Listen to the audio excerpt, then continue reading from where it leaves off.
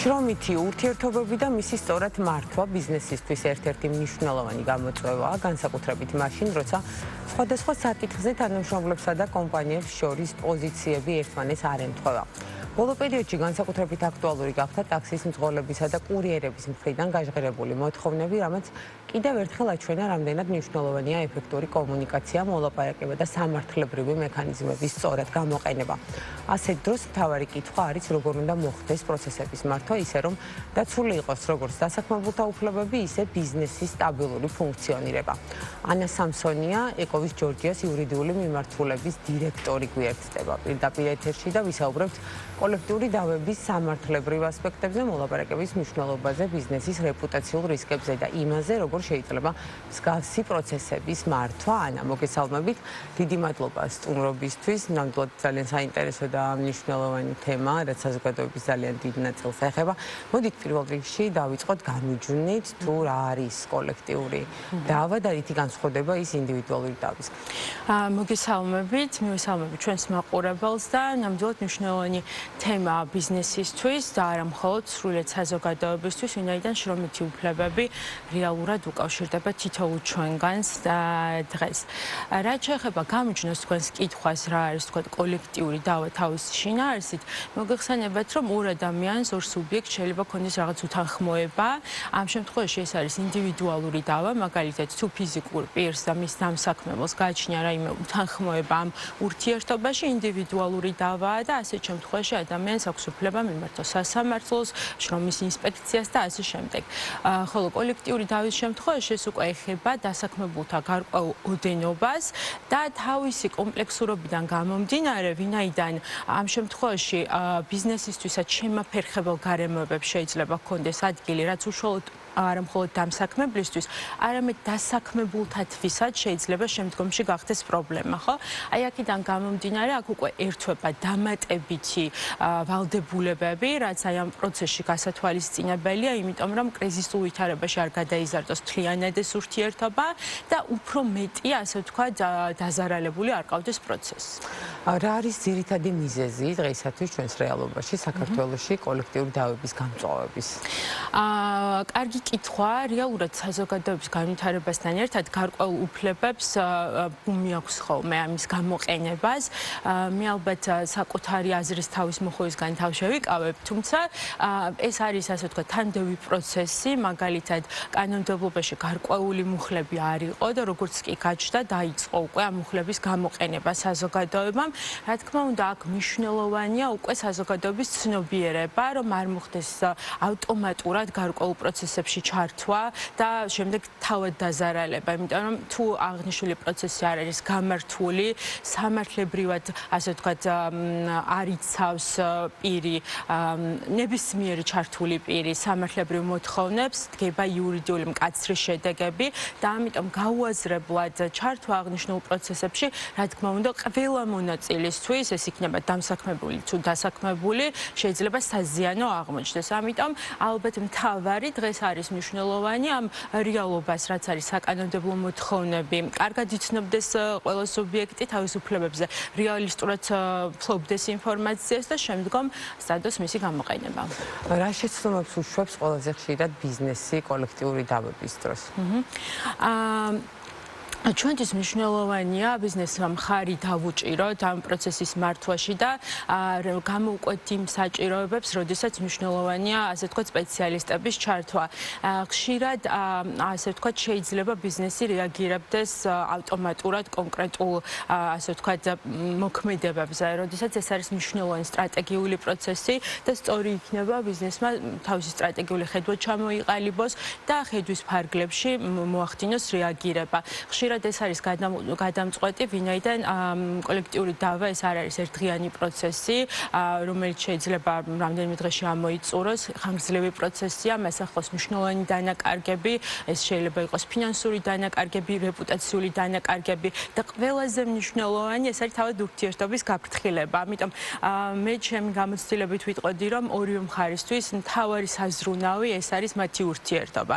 ვინაიდან კოლექტიური დავა თუ გადავზარდეთ ძალიან რადიკალურ პროცესში, ეს შეიძლება ყველასთვის დამაზიანებელი აღმოჩნდეს, არა მხოლოდ თქვათ მოლაპარაკების მეორე მხარისთვის, მთლიანად პროცესისთვის, ვინაიდან აქ მნიშვნელოვანია ჩვენ გვესმოდეს რა არის მიზანი კოლექტიური დავის. კოლექტიური დავის მიზანი ერთადერთია, მათ შეძლონ მოლაპარაკება და პროცესის გაგრძელება. ეს მიზანი რომ არა, ეს ჩანაწერებიც არ იქნებოდა კანონმდებლობაში, ამიტომ მთავარია თავიდანვე ამის დაიდენტიფიცირება, რა ამოძრავებს მხარეს. ხშირად თავადაც ამაში კარგად ვერ ერკვევიან ხოლმე. კომუნიკაცია და მოლაპარაკება არის ანუ გასაღები დიდწილად მსგავსი კონფლიქტების დროს. რასაც ჩვენებს უკვე პრაქტიკა და სტატისტიკა, რამდენად არის უკვე თქვათ ჩვევაში ეს კომუნიკაციის და მოლაპარაკების ნაწილი გამწვავებამდე კონფლიქტის. ძალიან კარგი კითხვა და მნიშვნელოვანი. ვფიქრობ, რომ მთავარი გამოწვევა დღეს ალბათ ყველასთვის ეს არის, რომ უფრო მეტი დრო დავუთმოთ ამ სტრატეგიული ნაბიჯების ანალიზს და სწორ კომუნიკაციას ამ პროცესში, ვინაიდან ხშირად ეს ხდება ხოლმე ჩიხური, ასე ვთქვათ, ამ ურთიერთობაში. აი მაგალითად დავიღოთ თუ პროცესის მოლაპარაკების ერთ-ერთი მხარე ძალიან გაამწვავებს პროცესებს, რა თქმა უნდა, იმის მოლოდინი, რომ მეორე მხარე ამას რეაგირების გარეშე დატოვებს, ნაკლებად უნდა გქონდეს, ხო? და მე ეს უკვე მწვავე ბრძოლაში გადაიზრდება ხოლმე. ამ დროს აქ ამოცანა არის ძალიან ნათელი. პირებმა შეძლონ დიალოგი, საუბარი და გარკვეულ, ასე ვთქვათ, საჭიროებებზე, ხედვების, საერთო ხედვების შექმნა და ჩამოყალიბება და ამ პროცესში ჭირდება, ასე ვთქვათ, ფასილიტაციაც კი, ვიდრე, ასე ვთქვათ, დაძაბულობა. მნიშვნელოვანია მოლაპარაკებების დროს როგორ ვიქცევით, ხო? სწორი იქნება, რომ ამ პერიოდში გარკვეული ტაიმაუტი ავიღოთ და ერთმანეთს მივცეთ დრო იმისთვის, რომ ჯანსაღი მოლაპარაკებები შედგეს. აი, კანონმდებლობის მიზანიც ეს არის. გაფიცვა ფაქტობრივად ეს არის ბოლო ელემენტი იმ დროს, როდესაც შეუძლებელი გახდა მოლაპარაკების წარმოება. ამიტომ სასურველია ეს ფაზა მოლაპარაკების გავიაროთ ისე, როგორც იყო ჩაფიქრებული კანონმდებლის მიერ, არა მხოლოდ საქართველოში, ბევრ ქვეყანაში არის ეს მოდელი და აქედან გამომდინარე, ვფიქრობ, შედეგებიც არ დააყოვნებს. სწორედ კანონმდებლობიდან გამომდინარე მინდა გთხოვოთ ვისაუბროთ უფლებებზე, როგორც დასაქმებულების, ასევე დამსაქმებულების. კი ბატონო, აი ამ შემთხვევაში მთავარი, ასე ვთქვათ, ღერძი ამ უფლებების არის ის, რომ დასაქმებულს ინდივიდუალური დავის შემთხვევაში შეიძლება ითქვას ნაკლები ძალაუფლება გააჩნია ამ პროცესში, ხო? მან შეიძლება დაწეროს განცხადება, მაგრამ ეს არ გახდეს ისეთი აქტუალური დამსაქმებლისთვის, თუ ეს კერძო ინიციატივა, ან კერძო, ასე ვთქვათ, სურვილებია. მაგრამ როდესაც ეს ხდება დასაქმებულთა გაერთიანების მოთხოვნა, რა თქმა უნდა, დამსაქმებელი აღარ არის, ამას აღარ აქვს შესაძლებლობა, ამას არ მიანიჭოს გარკვეული ყურადღება. ეს უკვე სუბიექტური აღარ არის. კანონმდებელი თხოვს მას, რომ ამ პროცესში უკვე ევალდებულება მას მიიღოს ესეთი განცხადება, დაამუშაოს, გაგზავნოს პასუხი და ჩაერთოს ამ პროცესში. და მნიშვნელოვანია, რომ აღსრულების პუნქტებიც არსებობს ჩვენ კანონმდებლობაში, რაც ნიშნავს იმას, რომ ამ მოლაპარაკების ფაზაში თუ ჩვენ ფორმალურად ჩავერთეთ და რეალურად არ გვაქვს ცდილობა, რომ ეს პროცესი, ასე ვთქვათ, სრულად ვაწარმოოთ, ამაზე სანქციებიც კი არსებობს. ანუ შრომის ინსპექციას გააჩნია მანდატი საჩივრის საფუძველზე, ასე ვთქვათ, შეამოწმოს პირი, სუბიექტი, რამდენად რეალურად იყო ჩართული ამ პროცესში და ხომ არ ქონდა ფორმალური, ასე ვთქვათ, ხასიათი მოლაპარაკებებში ჩართვას. რას მოიაზრებს სანქციები, რომ გითხრათ და პრაქტიკაში რამდენად გამოყენებადია?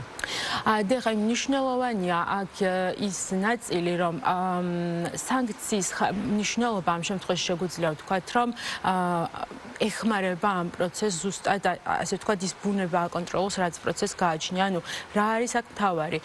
როდესაც დასაქმებულთა, ასე ვთქვათ, სიმრავლეს აქვს გარკვეული მოთხოვნები და წინადადებები დამსაქმებლის მიმართ, ეს ყურადღების მიღმა არ უნდა დარჩეს. აქ არ არის საუბარი იმაზე, რომ დამსაქმებელმა ავტომატურად დააკმაყოფილოს რაიმე, არანაირად. აქ არის საუბარი იმაზე, რომ რეაგირების მდგომარეობა შეიქმნას, ხო?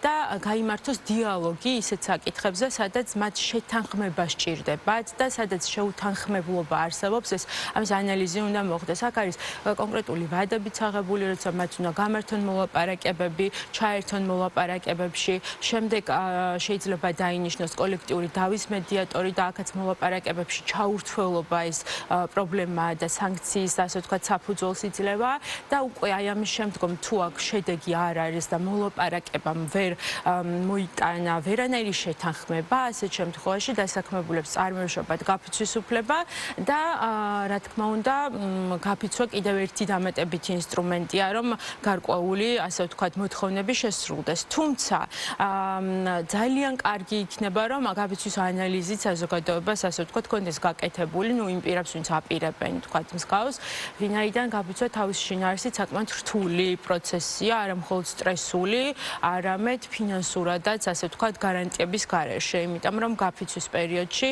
არ ხდება ანაზღაურების გადახდა და აქედან გამომდინარე, თუ გაფიცვას არ აქვს კონკრეტული, ასე ვთქვათ, სწორი სტრატეგია, შეიძლება ვერ გამოდგეს შედეგიანი და აღმოჩნდეს, რომ დასაქმებულებმა ვერ მიიღეს შემოსავალი, იყვნენ გაფიცულები გარკვეული პერიოდი და რეალურად ისინი უფრო ნეგატიურ მდგომარეობაში შეიძლება აღმოჩნდნენ ვიდრე პოზიტიურში, ხო? აი ამიტომ ეს დეტალები მნიშვნელოვანია ამ დროს. ანა, მინდა ვთხოვოთ ვისაუბროთ კონკრეტულად კურიერების ტაქსის მსხვილების кейსზე, რატომ გახდა ეს თემა განსაკუთრებით აქტუალური და რა იყო ის მთავარი შეცდომები, რაც ამ შემთხვევაში დაუშვეს ორივე მხარე. მე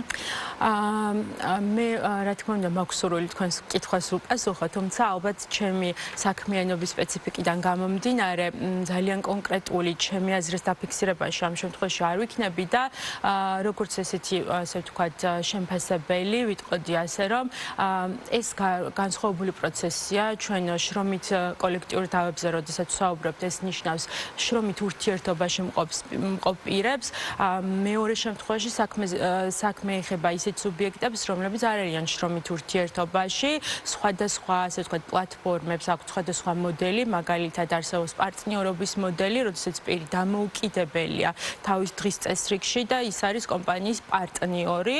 ასეთ შემთხვევაში აქ შრომით კოლექტიურ დავასთან დაკავშირებით შეიძლება საქმე არ გქონდეს, მაგრამ აქ არის, ასე ვთქვათ, სიმრავლე ურთიერთობაში, რა თქმა უნდა, ასეთ შემთხვევაში, როდესაც საერთო ინტერესების მქონე პირები არსებობენ, მათ უფრო მარტივად შეუძლიათ გარკვეული ხედვის ჩამოყალიბება, გარკვეული პროტესტის ფორმირება, თუმცა, რა თქმა უნდა, ეს უნდა გავმიჯნოთ კლასიკური კოლექტიური შრომითი დავებისგან, ვინაიდან ასეთ შემთხვევაში ჩვენ შრომით ურთიერთობაზე არ ვსაუბრობთ. აქედან გამომდინარე, თუმცა, რა თქმა უნდა, სოციალური პროტესტის ნაწილში, ასე ვთქვათ, ეს ცალკე საკითხია, რაზეც საზოგადოება აქცევს ყურადღებას და აკვირდება ამ პროცესებს. რეალურად აი ამ სიმრავლეს ურთიერთობებში და კოლექტიური დავის ხასიათს ის აქვს, რომ ის გავლენას ახდენს ბევრ ადამიანზე და აქედან გამომდინარე, ფაქტობრივად ყველა არის ჩართული და დაინტერესებული, რომ დროულად ამოიწუროს რაიმე გაუგებრობა მხარეთა შორის. აი ამ შემთხვევაშიც ვიტყოდი, რომ აქ აზრი აქვს, რა თქმა უნდა, ფასილიტაციას ამ პროცესში, რათა მხარეთა ხედვები დაახლოვდეს, გარკვეული ხედვა ჩამოყალიბდეს, რა შეიძლება თქვა ასეთ შემთხვევაში იყოს საუკეთესო გამოსავალი. კოლექტიური დავების შემთხვევაში როგორია რეპუტაციული ზიანი კომპანიებისთვის, რომ გითხრათ რა მასშტაბს აღწევს ის და ვთქვათ როგორია პრაქტიკა დასავლური და ასევე ადგილობრივი. კი ბატონო, ძალიან ასე ვთქვათ მნიშვნელოვანი ამბავია ეს საქმიანი რეპუტაცია ამ შემთხვევაში. უნდა აღინიშნოს, რომ ამ პროცესს ხშირად ახლავს ბევრი სხვადასხვა ინფორმაციის გავრცელება. რა თქმა უნდა, თუ ასე ვთქვათ, კეთილსინთეზურ კონტექსტში შევხედავთ, აქ ყველა შემთხვევაში არ უნდა ვგულისხმობდეთ, რომ ვინმე განზრახ ინფორმაციას ავრცელებს, მაგრამ ვინაიდან ჩართულ პირთა წრე არის საკმაოდ ფართო და ამას ემატება კიდევ ვთქვათ გულშემატკივრები, მხარდამჭერები, ოჯახის წევრები, საკმაოდ ასე ვთქვათ უმართავია ხოლმე ინფორმაციული ნაწილი კოლექტიური დავების დროს. ამიტომ, რა თქმა უნდა, ერთ-ერთი გამოწვევა ამ დროს არის სწორად იმართოს საინფორმაციო პოლიტიკა, როგორც ერთ ასევე მეორე მხარეს, იმიტომ რომ ორივე მხარის მიმართ შეიძლება ასე ვთქვათ, მოხდეს ისეთი ინფორმაციის გავრცელება, რაც მათ ინტერესში არ არის. აი აქედან გამომდინარე, ყველაზე სწორი არის, რომ ამ მოლაპარაკების ფაზაში მხარეებმა გარკვეული ტაიმაუტი თავად აიღონ, ერთმანეთთან შეთანხმებით და დრო მისცენ მოლაპარაკებებს, იმიტომ რომ ხშირად ნეგატიური ინფორმაციებით კიდევ ერთხელ იძაბება ორივე მხარე და ფაქტობრივად ბრძოლა ჩახდება, რაც ამ ფაზის ინტერესი ნაკლებად არის. კი ბატონო, ძალიან დიდი მადლობა ანას სტუმრობისთვის, საინტერესო საუბრისთვის, გისურვებთ წარმატებას. ანა სამსონია, ეკოვის ჯორჯიას იურიდიული მიმართულების დირექტორი იყო ჩვენი სტუმარი და ვსაუბრობდით შრომით დავებზე, აქცენტირებულად კოლექტიურ შრომით დავებზე.